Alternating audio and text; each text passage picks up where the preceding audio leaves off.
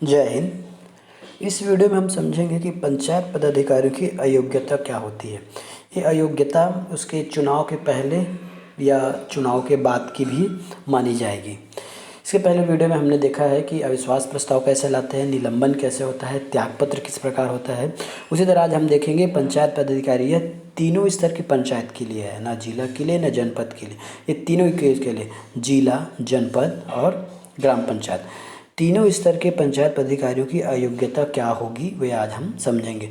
इसमें से पहला है यदि अधिनियम मतलब पंचायत राज अधिनियम, छत्तीसगढ़ पंचायत राज अधिनियम के पूर्व या बाद में कोई पदधारी सिविल अधिकार संरक्षण अधिनियम 1955 के अधीन नारकोटिक्स का उपयोग करता है, उपभोग करता है के मामले में दोषी पाया जाता है। नारकोटिक्स ड्रग्स होता है, उसके मामले में उपयोग या उपभोग करने के लिए कोई दोषी पाया जाता है तो उसको जेल की अवधि, उसकी जो उसके बाद उनको कोई जेल हुआ होगा तो उनकी जेल की अवधि पूर्ण ना हुआ हो या अपराध कारावास के लिए बाद का 5 साल बिताया ना हो तो वो पंचायत के पदाधिकारी के लिए प्रयुक्त नहीं होगा।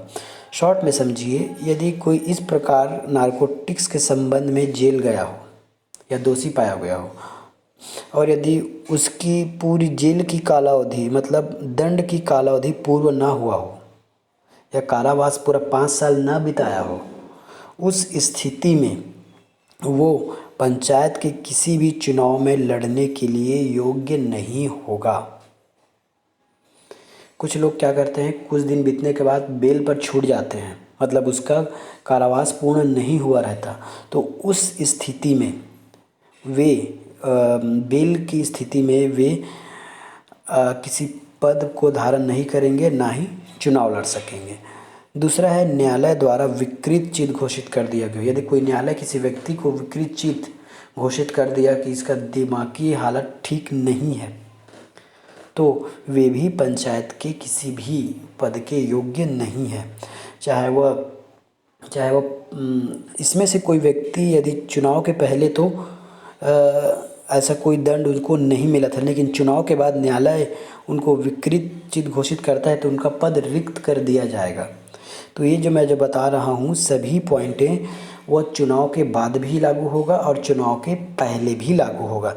दिवालिया हो गया हो, उसी प्रकार पंचायत के अधीन यदि कोई लाभ पद पर है तो भी वह पात्र नहीं होगा, परंतु इसमें एक एक्सेप्शन है। परंतु छत्तीसगढ़ भू राजस्व संहिता 1959 के तहत पटेल पद को लाभप्रद नहीं माना जाता। एक छत्तीसगढ़ में भू राजस्व संहिता है 1959, उसके अधीन यदि कोई पटेल का पद धारण करता है तब की स्थिति में कोई व्यक्ति पंचायत की चुनाव लड़ सकता है और चुनाव के बाद अपने पद पर बना रह सकता है। पांचवा है राज्य केंद्र द्वारा पब्लिक सेक्टर उपक्रम के भ्रष्टाचार के नियम से अगर निकाला गया हो। पर राज्य या केंद्र सरकार के बहुत सारा उपक्रम है, एनटीपीसी है और बहुत सारी स्टील अथॉरिटी है, इस प्रकार बहुत सारे उपक्रम हैं।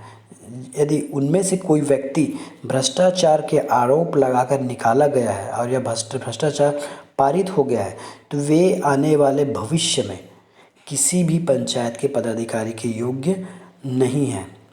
दूसरी होता है पंचायत की ओर से कोई संविदा के रूप में, संविदा मतलब होता है टेंडर, संविदा के रूप में प्रत्यक्ष अप्रत्यक्ष हित रखता है। यदि पंचायत की ओर से कोई टेंडर निकाला गया किसी काम का, नाली निर्माण का, लाइटिंग के लिए, कुआं खोदाई, कुछ भी हो, यदि उसमें उस कार्य में उनका प्रत्यक्ष अप्रत्यक्ष रूप से वो हित रखता है, काम करता है, तब भी वो पंचायत के पद के अधिकारी नहीं होंगे। यदि कोई व्यक्ति पद में रहते हुए, यदि कोई सरपंच अपने पद में रहते हुए इन सब का अंश लेता है तो उनका पद रिक्त तो उनको अपना पद रिक्त करना होगा, उनके प्रति एक कार्यवाही की जाएगी। लेकिन यदि संयुक्त स्टॉक कंपनी छत्तीसगढ़ सोसाइटी का पंचायत द्वारा संविदा की जाएगी और इसमें वो अंश रखता है तो पात्र होगा। संयुक्त स्टॉक कंपनी है जो छत्तीसगढ़ सोसाइटी रजिस्ट्रीकरण का है जो कंपनी, यदि वह पंचायत में कोई संविदा करती है और उसमें कोई सरपंच अपना कोई अंश रखता है तो वह पात्र होगा, उसको अपात्र नहीं माना जाएगा।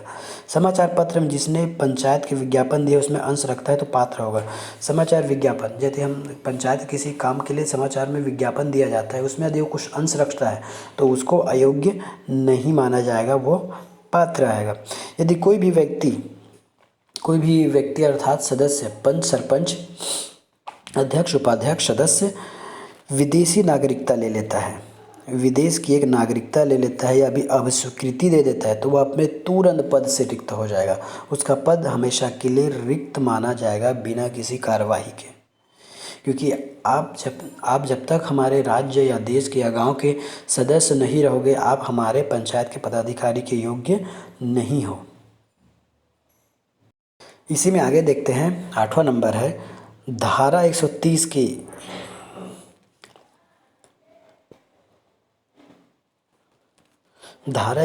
की निरसन में निहरता की हटाने वाला। पंचायत अधिनियम 130 एक धारा है जिसमें निरसन में निहरता नहीं हटने पर वह अपना पद की योग्यता खो देगा।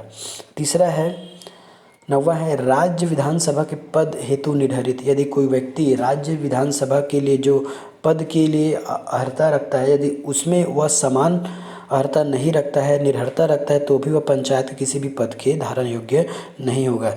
यदि कोई व्यक्ति साक्षर नहीं है, साक्षर कहने का मतलब है वो अपना नाम लिखना चाहिए। साक्षर का अर्थ होता है नाम लिखना। यदि कोई व्यक्ति अपना नाम भी नहीं लिख सकता, अंगूठा छाप है, तो वो किसी भी पद को धारण करने के योग्य नहीं होगा। उनके घर में जलवाहित शौचालय होने चाहिए, जलवाहित शौचालय, सूखा शौचालय नहीं, जलवाहित शौचालय। यदि कोई पंचायत का पदाधिकारी बन गया है, यदि बाद में पता चलता है कि उसके घर में जलवाहित शौचालय नहीं है, तो वे अपने पद के योग्य नहीं होंगे। जानने पर उनके प्रति कार्यवाही होगी और उनको पद से हटाया जा सकता है। या जिनके घर में शौचालय नहीं है वो पद पर खड़ा ही नहीं हो सकता है, वह चुनाव ही नहीं लड़ सकता है। नेक्स्ट है पंचायत के बकाया हो और मांगे जाने पर 30 दिन के भीतर ना हो। होता है यदि पंचायत की आपको देनदारी बची हो, कोई टैक्स बचा हो, कोई कर बचा हो, यदि कोई आपने भूमि पर अधिग्रहण किया हो, इस प्रकार का यदि कोई बकाया हो, यदि उस बकाया है और आप मांगे जाने पर दे नहीं रहे हैं, तो ये वाला लगभग नियम जो है चुनाव के पहले का नियम है कि यदि आप चुनाव में खड़े होते हैं तो आपको एक क्लीन चिट भरना होता है कि मेरा पंचायत में कोई भी बकाया नहीं है, और यदि है भी तो पंचायत यदि आपको मांगता है तो 30 दिन के भीतर आपको जमा करना होता है। यदि आपने नहीं दिया या 30 दिन के भीतर जमा नहीं किया तो आप चुनाव में खड़े होने के लायक नहीं है, आप उसके लिए अयोग्य हैं। अगला है पंचायत के शासकीय भूमि पर यदि आपने अतिक्रमण किया है, शासकीय भूमि जो गवर्नमेंट की भूमि है, पंचायत की भूमि है, गांव की भूमि है, उस पर यदि आपने किसी प्रकार का अतिक्रमण किया है, यदि और वो पारित हो जाता है कि आपने हाँ सच में अतिक्रमण किया है, तो यदि आप पंचायत या पहले तो आप चुनाव में खड़े होने के लिए योग्यता नहीं रखते। दूसरी बात, यदि आप चुनाव में जीत कर आ गए, किसी पद पर धारण कर लिए, उसके बाद यदि आप अतिक्रमण करते हैं तो भी आप पंचायत के पदाधिकारी के योग्य नहीं है, आपके ऊपर शासकीय कार्रवाई होगी और आपको अपना पद त्यागना पड़ेगा। अब कुछ नियम निर्वाचन के ऊपर प्रत्यक्ष रूप से पता चलता है। यदि बाद में पता चलता है कि अभी हमने जितने भी नियम देखे हैं, यदि उन्होंने पंचायत का फॉर्म भरते वक्त छुपाया है और यदि वो बाद में सिद्ध हो जाता है तो वो अयोग्य होगा। उसी प्रकार लाभ पद पर होने पर अयोग्य हो जाएगा। पंचायत की इजाज़त के बिना लगातार 3 बैठक, अब ये कौन हो सकता है? जब तक अब कोई व्यक्ति चुनाव में लड़ के आ गया है और लगातार 3 बैठकों में बिना बताए, बिना इजाज़त के, बिना अनुमति लिए, बिना बताए अनुपस्थिति रहता है तो 6 पहला यदि आप 3 बैठकों में उपस्थित नहीं रहते या 6 माह के आधे बैठकों में उपस्थित नहीं रहते हैं, पहला तो है आप लगातार 3 बैठक में नहीं आते या 6 माह के आधे बैठक में उपस्थित नहीं होते तो आपको पद को रिक्त करना पड़ेगा, आपका पद रिक्त हो जाएगा। दूसरी बात है, यदि कोई पंचायत का कोई सदस्य है, यदि उसने इजाज़त मांगी कि मैं अमुक कार्य के लिए जा रहा हूँ और मैं ये आपकी इस बैठक में उपस्थित नहीं हो सकता।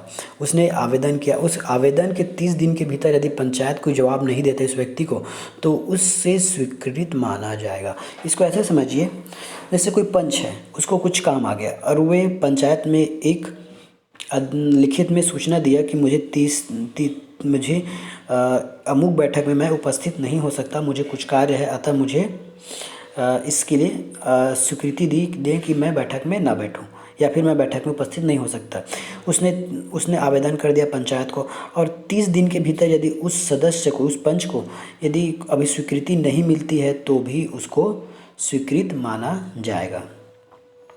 अब देखते हैं पंचायत के पदाधिकारियों को पद से हटाया जाता है। पिछले वीडियो हमने निलंबन देखा था, अभी पद के निलंबन भी एक पद को हटाए जाने की ही एक प्रक्रिया है और कुछ अन्य प्रक्रियाएं भी होती है जिसको पद से हटाया जा सकता है, उसको हम इस वीडियो में देखेंगे।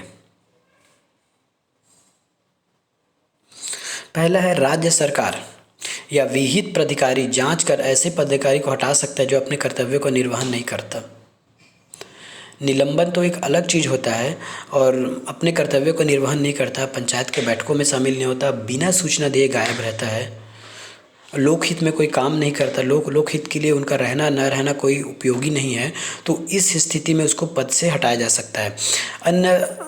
अन्य विधि है, एक भारत की एकता अखंडता के विरुद्ध यदि कोई कार्य करता है, जाति भेदभाव करता है, स्त्रियों की सम्मान नहीं करता है, अपने नातेदार को पंचायत में लाभ पहुंचाता है। भारत की एकता अखंडता में बहुत सारी चीज़ें आती है। यदि कोई सूचना लीक करता है, यदि भारत की एकता अखंडता के विरुद्ध उसके कार्य हैं, हमेशा गाँव में जाति भेदभाव करता है कि ये पुरुष है, महिला, एसटी है, ओबीसी है, या जाति धर्म में कोई भेदभाव करता है, स्त्रियों का सम्मान नहीं करता, इस प्रकार, या अपने किसी नातेदार, बेटे, पुत्र या किसी सगे को अब भी पंचायत के द्वारा एक लाभ पहुंचाता है, मतलब किसी कोई टेंडर देता है, कुछ लाभ पहुंचाता है प्रत्यक्ष रूप से, यदि वो पारित हो जाता है, इस स्थिति में जो पंचायत के विहित प्राधिकारी होंगे उन्हें कारण बताओ नोटिस दिया जाएगा। उसे कारण बताओ नोटिस दिया जाएगा और 90 दिन के भीतर उचित जवाब नहीं मिलने पर उसे पद से हटा दिया जाएगा। मान लेते हैं कोई अध्यक्ष, उपाध्यक्ष किसी स्त्री का सम्मान नहीं करता, उससे दुर्व्यवहार करता है, अपने नातेदार को लाभ पहुंचाता है, जाति भेदभाव करता है, तो इस स्थिति में ग्राम पंचायत के लिए उपखंड अधिकारी, जनपद के लिए कलेक्टर या अतिरिक्त कलेक्टर या जिला के लिए कलेक्टर जो है इन्हें एक कारण बताओ सूचना पत्र देगा। वो संबंधित पंचायत के अधिकारी को, पदाधिकारी को सूचना देगा कि आप कारण बताओ कि आपने ऐसा क्यों किया, या आपके खिलाफ जो ऐसे जो आरोप लगे वह सही है कि नहीं। 90 दिन के भीतर यदि उचित जवाब उस सदस्य या पदाधिकारी द्वारा जवाब नहीं आता तो उसके पद से हटाने की कार्यवाही की जाएगी और उसको पद से हटा दिया जाएगा। विहित प्राधिकारी देख लीजिए कौन होता है, ग्राम पंचायत के लिए उपखंड अधिकारी होता है, जनपद के लिए कलेक्टर, अतिरिक्त कलेक्टर और जिला के लिए कलेक्टर होता है। हटाए जाने पर वह पदधारी यदि कोई इस प्रकार ऊपर जो लिखित नियम है या फिर जो कारण है, रीज़न है, उस प्रकार यदि किसी को पद से हटाया गया तो आने वाले 6 वर्षों तक वह निर्वाचन में भाग नहीं लिया जा सकता, वह दोबारा चुनाव में खड़ा ही नहीं हो सकता, या फिर पंचायत की कोई समिति का सदस्य नहीं होगा। पंचायत के सदस्य का समिति का कोई सदस्य नहीं होगा। एक से अधिक पद धारण करने पर भी किसी व्यक्ति को अपना एक पद छोड़ना होता है। यह हम पहले ही देख चुके हैं कि कोई एक व्यक्ति एक से अधिक पद का चुनाव लड़ सकता है। कोई एक व्यक्ति एक से अधिक पद का चुनाव लड़ सकता है या एक पद में रहते हुए अन्य पद का चुनाव लड़ सकता है। जैसे मान के चलते हैं कि शुरुआत के चुनाव में यदि कोई व्यक्ति पंच है, कोई व्यक्ति पंच और सरपंच दोनों के लिए एक साथ चुनाव लड़ सकता है, या अध्यक्ष या उपाध्यक्ष के लिए भी एक साथ चुनाव, कोई व्यक्ति पंच के लिए चुनाव लड़ सकता है, सरपंच के लिए पद चुनाव लड़ सकता है, अध्यक्ष के लिए चुनाव लड़ सकता है, सदस्य होगा यहाँ पे, सदस्य जिला जनपद के सदस्य के रूप में चुनाव लड़ सकता है। या दूसरी कंडीशन ये होगी कि एक पद में रहते हुए दूसरे पद का, तो ये कैसे होगा, मान लेते हैं कोई सदस्य कोई पदाधिकारी जिला के सदस्य हैं और विधानसभा चुनाव आता है तो वो विधानसभा चुनाव के लिए भी पात्र है, वे विधानसभा के चुनाव के लिए भी पात्र है। इस प्रकार वह एक पद में रहते हुए अन्य पद का चुनाव लड़ सकता है। अगर ऐसे में वे एक से अधिक पद का धारण करते हैं, जैसे सरपंच भी बन गए और सदस्य भी बन गए, ये पहली कंडीशन हुई। दूसरी कंडीशन हुई, वो पहले से तो सदस्य था ही जिला पंचायत का, बाद में वो विधानसभा का भी सदस्य बन गया। तो एक जिला पंचायत का सदस्य बना है और बाद में विधानसभा का भी सदस्य बन गया। तो दोनों में या एक से अधिक पद में जितने पर उसको 10 दिन के भीतर सूचना देना होता है कि वे किस पद पर बने रहेंगे, किस पद पर बना रहना चाहते हैं, वे इस बात की सूचना देते हैं। वे 10 दिन के भीतर सूचना देंगे। किनको देंगे? कलेक्टर को देंगे, कलेक्टर को सूचना देंगे। 10 दिन के भीतर एक लिखित में कलेक्टर को सूचना देंगे, एक प्रारूप रहेगा, इसको समझते हैं। कलेक्टर को सूचना देंगे, जिला कलेक्टर को सूचना देंगे, एक प्रारूप रहेगा कि मैं इस पद के लिए चुना गया हूँ, अब मैं उक्त पद के लिए काम करना चाहता हूँ, उक्त पद धारण करना चाहता हूँ। इस प्रकार लिखित में कलेक्टर को उनको सूचना देना होगा। बाय द वे, यदि वो सूचना नहीं देते हैं और किसी भी एक पद की सम्मेलन में, एक पद की प्रथम सम्मेलन में शामिल हो जाते हैं, मान लेते हैं इसके लिए यदि वो जो पंच भी है और जिला का सदस्य भी है, तो यदि वो प्रथम सम्मेलन पंच के प्रथम सम्मेलन में भाग ले लिए तो वो पंच ही कहलाएंगे। उसी प्रकार यदि सदस्य की प्रथम सम्मेलन में भाग ले लिए तो वे सदस्य ही कहलाएंगे, यदि वे 10 दिन के भीतर सूचना नहीं देते हैं तो। एक और कंडीशन है, यदि नहीं बताते हैं तो उनके लिए बाय डिफ़ॉल्ट एक पद का क्रम माना जाएगा। यदि वो जिला पंचायत के सदस्य या जनपद पंचायत के सदस्य दोनों के लिए जीत चुके हैं तो यदि 10 दिन के भीतर सूचना नहीं देते हैं या फिर प्रथम सम्मेलन में के भाग लेने के पहले उनको जिला का सदस्य माना जाएगा। ये बढ़ते क्रम में रहता है। यदि पंच के लिए चुना गया है, सदस्य के लिए चुना गया है तो उसको जिला का सदस्य माना जाएगा, या पंच के लिए चुना गया है, जनपद का सदस्य चुना गया है तो जनपद का सदस्य माना जाएगा। यदि पंच के लिए चुना गया है और सरपंच के लिए भी चुना गया है तो उसको ग्राम पंचायत का सरपंच ही माना जाएगा। मतलब बढ़ते क्रम, जो अधिक पद धारण किए रहते हैं, जो उच्च पद धारण किए रहते हैं, उसमें उस व्यक्ति को उस पद का माना जाता है, यदि वो 10 दिन के भीतर लिखित सूचना नहीं देते हैं तो।